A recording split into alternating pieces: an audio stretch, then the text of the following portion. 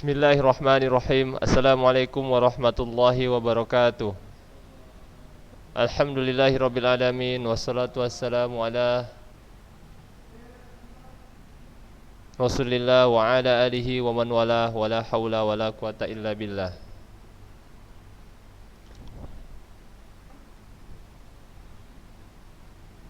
Pertama-tama marilah kita panjatkan puji syukur kita kepada Allah Subhanahu wa taala yang mana pada hari ini kita masih diberikan banyak nikmat. Di antaranya nikmat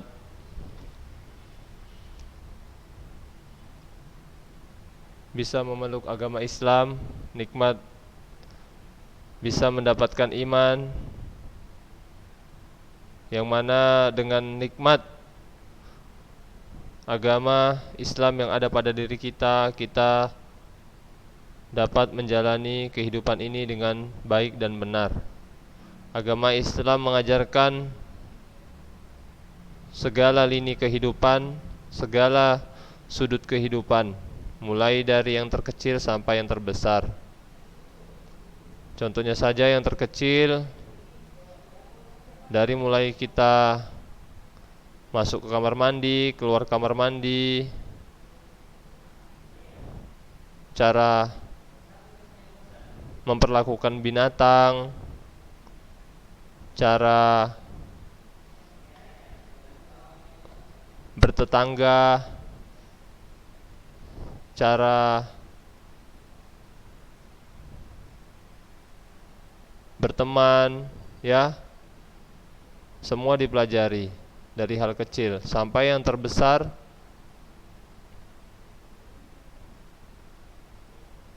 Cara beribadah kepada Allah, cara berbakti kepada orang tua, cara berjihad, berperang, itu kita diajarkan semua di dalam Islam. Maka Islam itu adalah agama yang sempurna, mengajarkan semua urusan-urusan dunia dan urusan-urusan akhirat, menceritakan kebenaran-kebenaran yang harus dijalani di dalam dunia dan kebenaran-kebenaran yang ada di akhirat. Semua diceritakan. Menceritakan hal-hal yang tampak oleh mata dan menceritakan hal-hal yang tidak tampak oleh mata. Ya. Contohnya saja malaikat, jin, surga, neraka, ruh, itu diceritakan di agama Islam. Meskipun kita tidak bisa melihatnya, ya, kan tidak ada kita pernah melihat ruh, ya. Melihat ruh, di mana ruh tidak tahu, kita tidak bisa melihatnya kita. Neraka tidak bisa kita melihatnya, surga kita tidak bisa melihatnya. Allah kita tidak bisa melihatnya, tapi Allah menceritakan semua itu. Dan ada, ya, dan ada. Jangan kita berpikir bahwa sesuatu yang tidak ada itu tidak ada.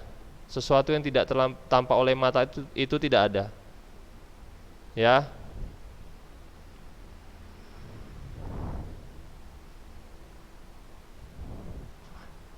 Contohnya saja angin, ya, angin kita tidak bisa melihat angin, kan, di mana angin, bentuknya angin gimana. Tapi angin itu ada rasa, ya, rasa asin, manis, pahit. Itu tidak ada. Gimana bentuk rasa? Enggak ada, kan? Tapi ada rasa itu, rasa manis, asam, pahit ada.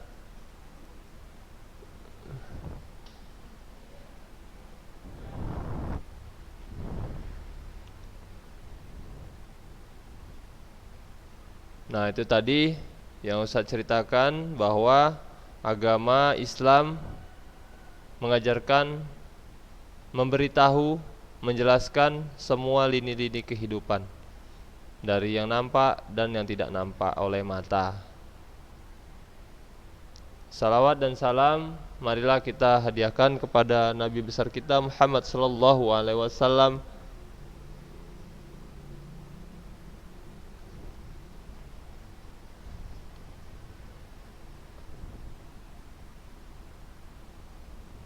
yang mana syafaatnya sangat kita harapkan di akhirat nanti.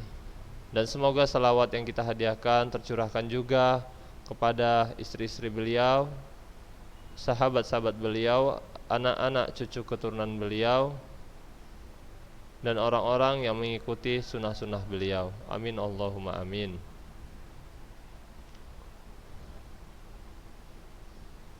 Anak-anak Ustadz kelas 8 C dan D yang Ustadz sayangi dan Ustadz banggakan, di sini Ustadz selaku guru pendidikan jasmani, olahraga, kesehatan, yang mana Ustadz sendiri masih banyak kekurangan, masih sedikit ilmu yang ada pada Ustadz. Namun Ustadz ingin berbagi ilmu kepada antum semua,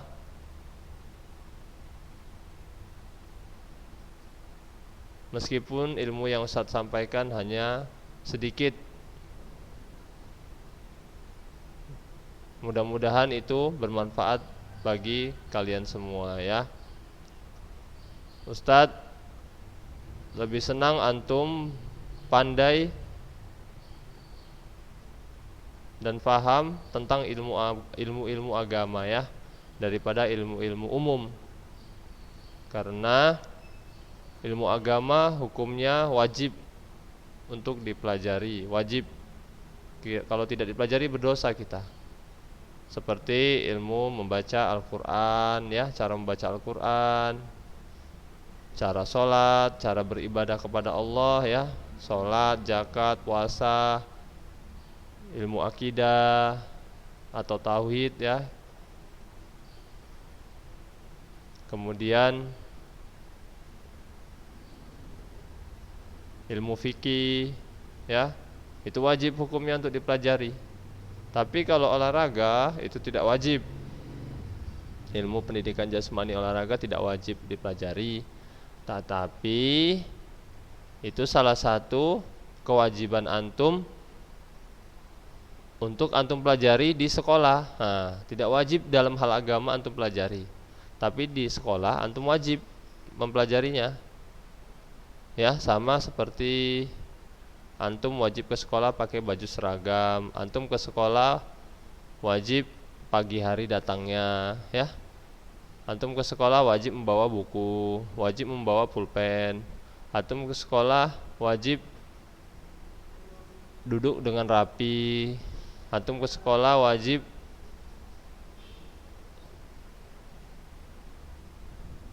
rambut antum rapi. Antum ke sekolah wajib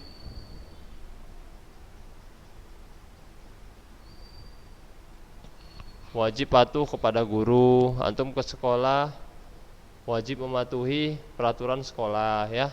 Itu kewajiban-kewajiban sekolah sama. Antum harus wajib belajar ilmu-ilmu umum ya.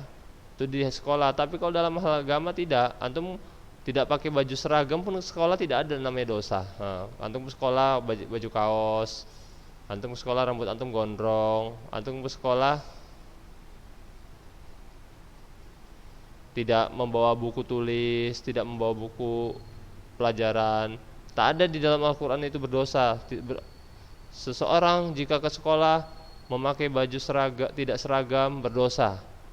Ke sekolah siswa ke sekolah tidak membawa buku pelajaran, buku tulis berdosa. Nggak ada gitu.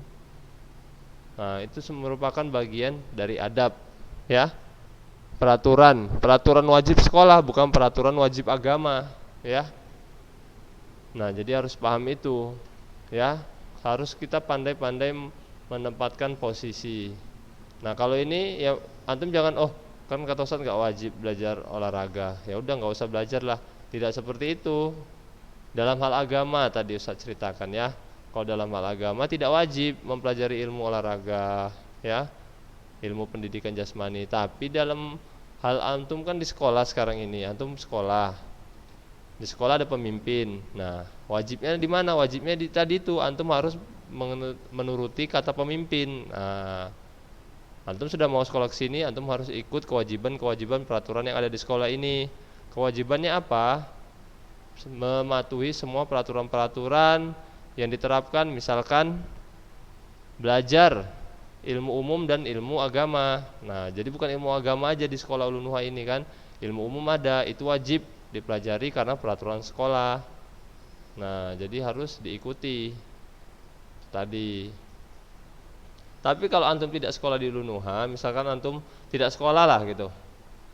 Kalau sekolah manapun kan ada ilmu pendidikan jasmani olahraga kan, tapi kalau antum nggak sekolah, ya antum nggak wajib belajar ilmu olahraga, ya. Mau sampai sampai antum akhir hayat antum nggak belajar olahraga nggak berdosa. Tapi ketika antum terjun ke dunia pendidikan, ya, dunia pendidikan mewajibkan peraturan presiden, ya, peraturan presiden mewajibkan adanya pelajaran pendidikan jasmani olahraga di sekolah dan harus ditaati oleh para siswa. Nah, itu tadi menuruti kata pemimpin, ya, selama tidak maksiat adalah hukumnya wajib. Nah, jadi ini PJOK ada di sekolah Ulun Nuha ini bukan kemauan sekolah, tapi kemauan dari pemerintah. Harus ada pendidikan jasmani. Nah, sama matematika, bahasa Inggris, bahasa Indonesia itu adalah kemauan pemerintah, harus ada di sekolah umum. Sekolah kita kan sekolah umum kan, bukan pesantren. Nah, jadi harus ada ilmu olahraganya. Maka dari itu antum harus mempelajarinya. Nah, jadi wajib hukumnya kan, karena antum masuk ke dunia pendidikan. Kalau antum tidak masuk ke dunia pendidikan, antum misalkan dari SMP sudah nggak mau sekolah, antum masuk dunia bisnis, membantu orang tua berdagang aja lah, ya antum nggak wajib mempelajari ilmu olahraga. Nah, itu dia. Nah, ngerti mas Ustadz kan? Nah, itu dia. Nah, anak Ustadz, sekarang kita belajar tentang ilmu olahraga, cabang olahraga lompat tinggi gaya gunting, ya. Lompat tinggi gaya gunting. Lompat tinggi kan ada berapa gaya kemarin? Ustadz sampaikan ada 4 gaya, ya. 4 gaya. Nah, di sini nanti dijelaskan gaya-gayanya, ya. Baiklah, kita putar dulu videonya, ya. Langsung antum lihat di sini adalah teknik melompat gaya gunting, ya, lompat tinggi gaya gunting.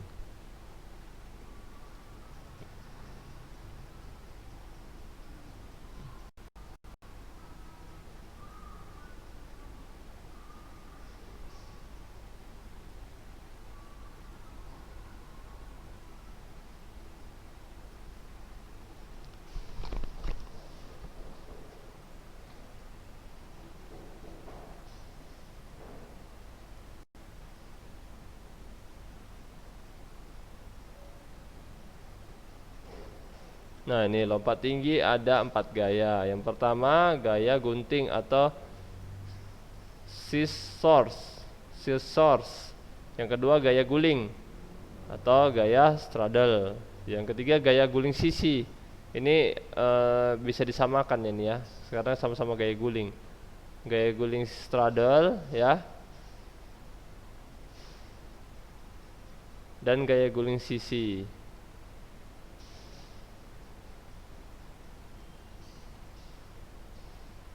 Yang keempat gaya flop atau Fosbury flop, ya. Ada 4 gaya atau bisa dibilang juga 3 gaya. Gaya guling ini, ya, gaya guling itu satunya itu, ya.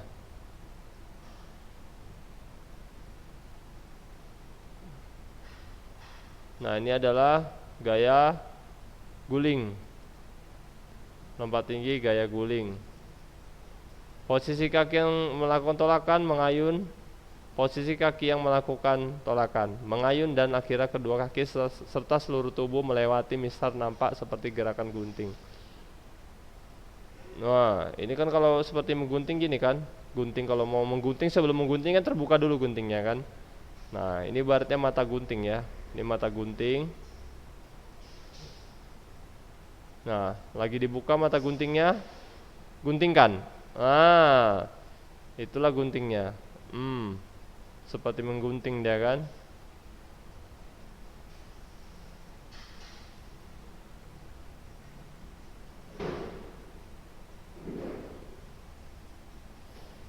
seperti menggunting.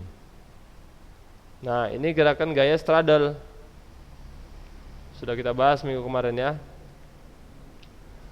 Gerakan ini ialah tubuh diputar dan dibalikkan dengan cepat ketika tubuh melewati mistar. Nah, posisi terakhir gaya ini ialah menelungkup, tengkurap, menelungkup, telungkup ya. Nah, nih. Kan tengkurap dia kan?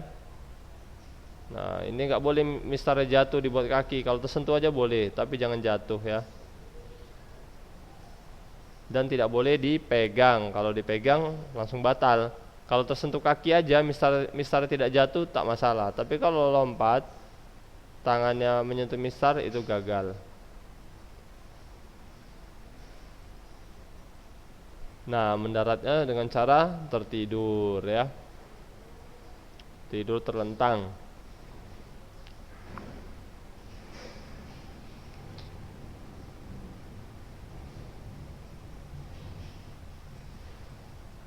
Nah, ini gaya guling sisi ya.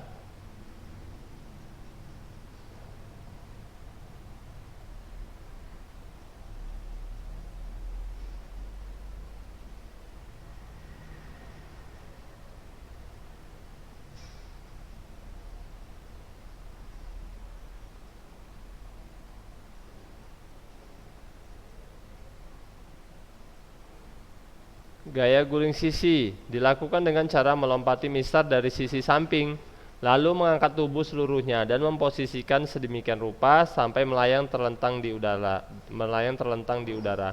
Setelah itu sesegera mungkin memutar badan hingga melewati dan menuruni mistar.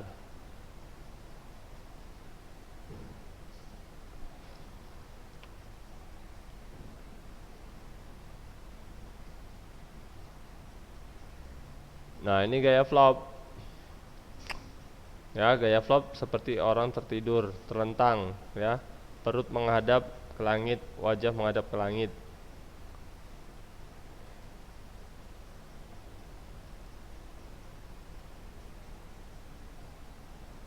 Nah, itu adalah gaya flop. Sudah kita bahas kemarin.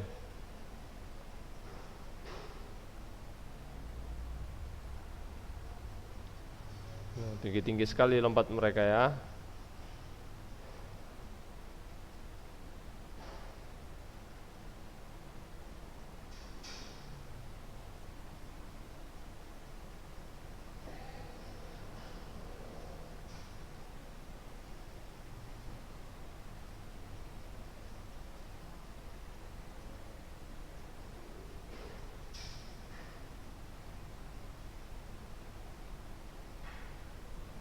Teknik dasar lompat tinggi ada 4. Apa aja? Teknik awalan, teknik tolakan, ya.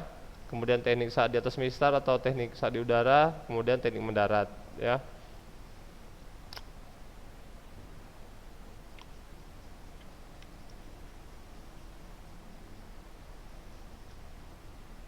Nah, teknik awalan,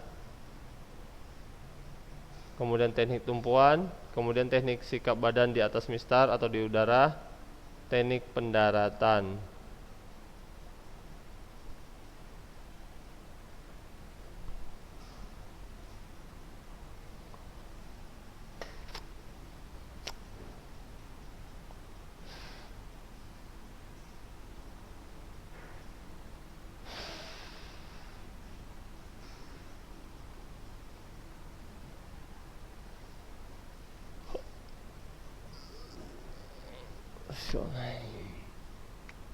Teknik awalan pada saat lompat tinggi gaya gunting ya.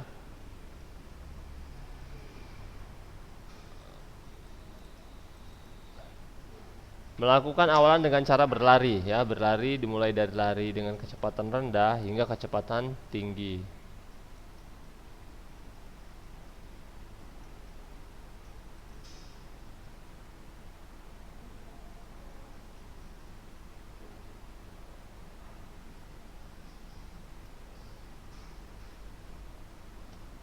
Lihat teknik awalannya ya. Lari dari samping, bukan lurus. Nah, dari samping dia kan. Baru lurus.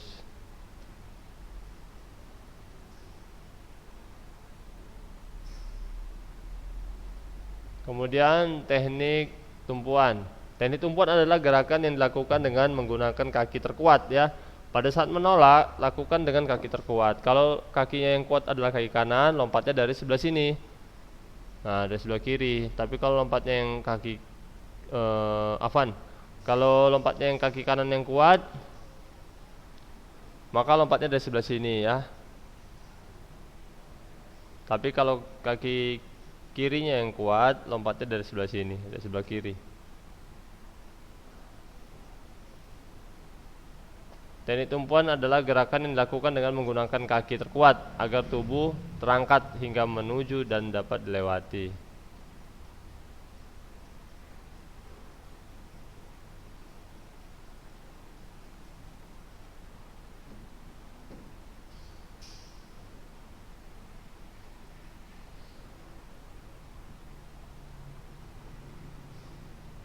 Ya, itu adalah teknik tumpuan. Selanjutnya adalah teknik melayang. Adalah suatu gerakan, dalam hal ini merupakan kondisi ketika tubuh atlet mulai terangkat untuk melewati sebuah mistar. Pada tahap ini, atlet juga bisa melakukan teknik tertentu sesuai dengan gaya yang atlet tersebut gunakan.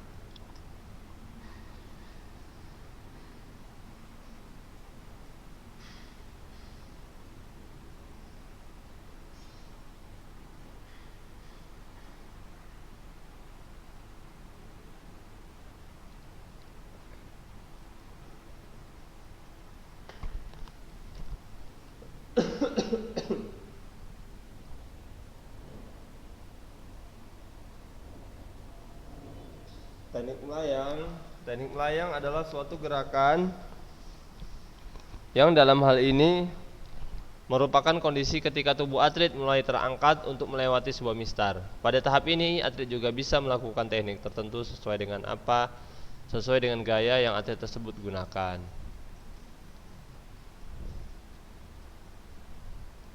Nah, ini tadi gaya gunting ya.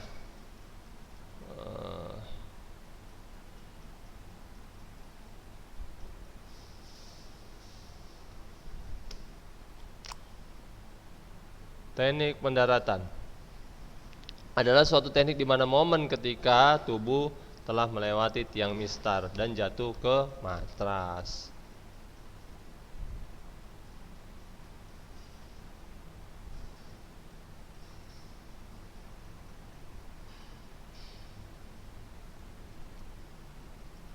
Nah, ini teknik pendaratan ya. Boleh tertidur, pantat duluan jatuh atau punggung duluan jatuh ya. Boleh juga pendaratannya berdiri dulu boleh.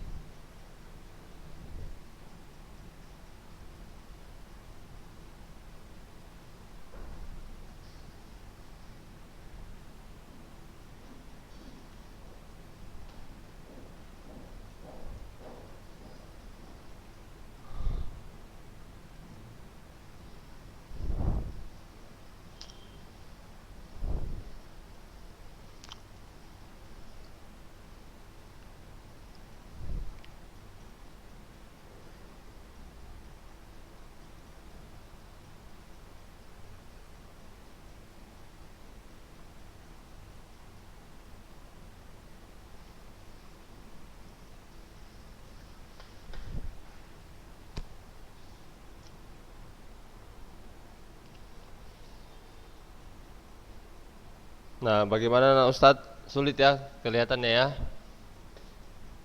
Memang lompat tinggi ini adalah salah satu cabang olahraga atletik yang sulit untuk dipelajari, karena melompat melewati tiang tinggi ya.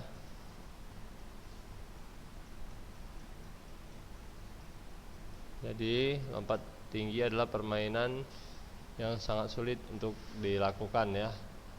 Olahraga maksudnya ya, bukan permainan, adalah olahraga yang sulit untuk dilakukan, harus terlatih melakukannya. Nah, ini tadi adalah lompat tinggi gaya apa? Coba tebak. Gaya apa? Gaya flop. Ya, benar. Ini adalah gaya flop. Terlentang dia melewatinya kan? Nah.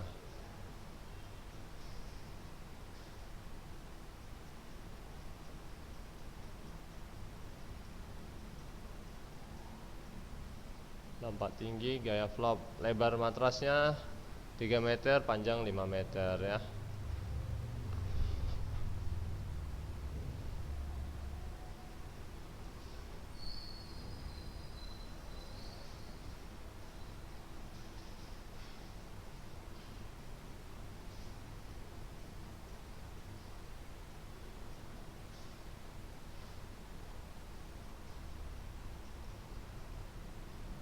Pelompat tinggi dikatakan gagal atau didiskualifikasi apabila pada waktu menumpu menyentuh matras ya. Nggak boleh matrasnya disenggol waktu mau melakukan tolakan. Kemudian yang kedua, menjatuhkan mistar.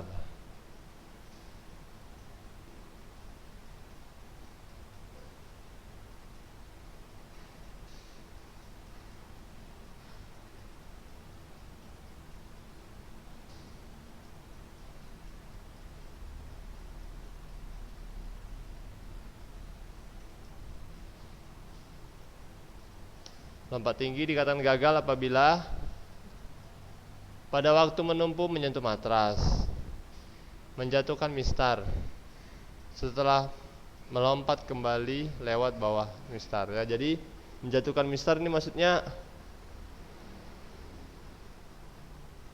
terjatuh, terkena kaki atau tangan ya, mistarnya jatuh ya. Itu akan dikatakan gagal, tapi Ustadz kurang tahu didiskualifikasi atau enggak itu. Nah, maka dari itu lompat harus hati-hati, jangan sampai terkena mistar. Yang ketiga, setelah melompat kembali lewat bawah mistar, setelah melompat kembali melompat kembali lewat bawah mistar. Nah, tidak boleh melewat setelah lompat langsung kita balik dari bawah mistar, nggak boleh ya.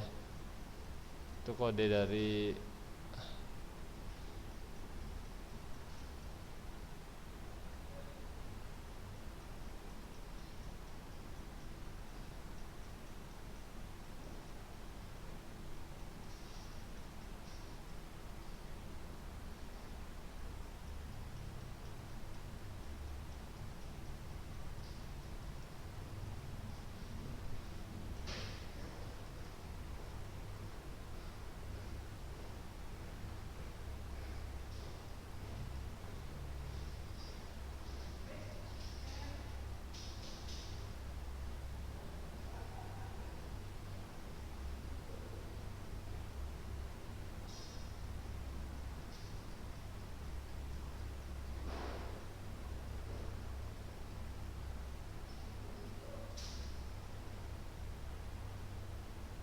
Nah,